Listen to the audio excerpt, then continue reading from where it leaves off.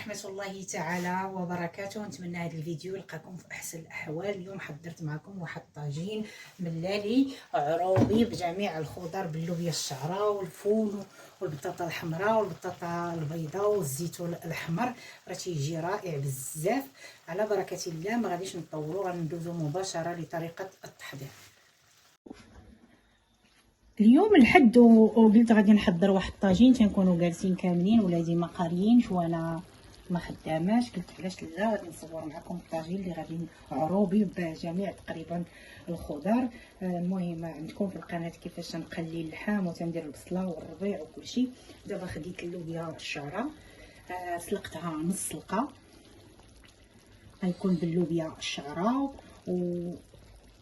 والبطاطا الحلوه والبطاطا البيضاء، وغادي ندير شويه ديال الخيزو، غيكون فيه حتى الفول كما كتشوفوا معايا. صافي غادي نحاول نشكل كاع الالوان، راه تيجي لذيذ بزاف. وقلت هذه فرصه نسجلوا معكم. كناخذ الفول حتى هو تندير غير الجنيبات بحال هكا، راه في ساعه هو كيطيب. صافي غناخذ البطاطا الحمراء اللي الحلوه، ها هي قطعتها هي شرائح باش يبان الاختلاف بينها وبين البطاطا البيضاء. راه حمراء تتبان بحال القرعه الحمراء، وحنا كنعرفوا البطاطا الحلوه فيها بزاف ديال الفوائد. غادي نشكل البطاطا البيضاء هكا.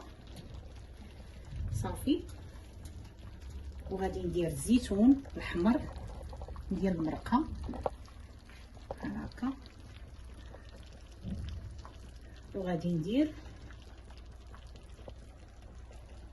شويه ديال الملح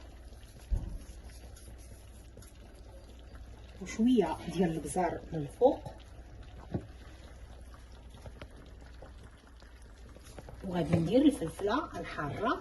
ومن بعد غادي نجي معكم نوري لكم الشكل النهائي ديال الطاجين اللي حضرت معكم بمجموعه ديال الخضر عروبي ملالي ديالي اللي حضرت معكم العروبي الملالي ديال الخضر اللي غادي نتقاسم مع وليداتي هذا النهار الحد. حاولوا تجربوه، راه كيجي زوين بزاف. وبحال العاده ما تنسونيش بالتعاليق والمحفزه وبارطاجيو لكي تعم الفائده الجميع. والى اللقاء في فيديو قادم ان شاء الله.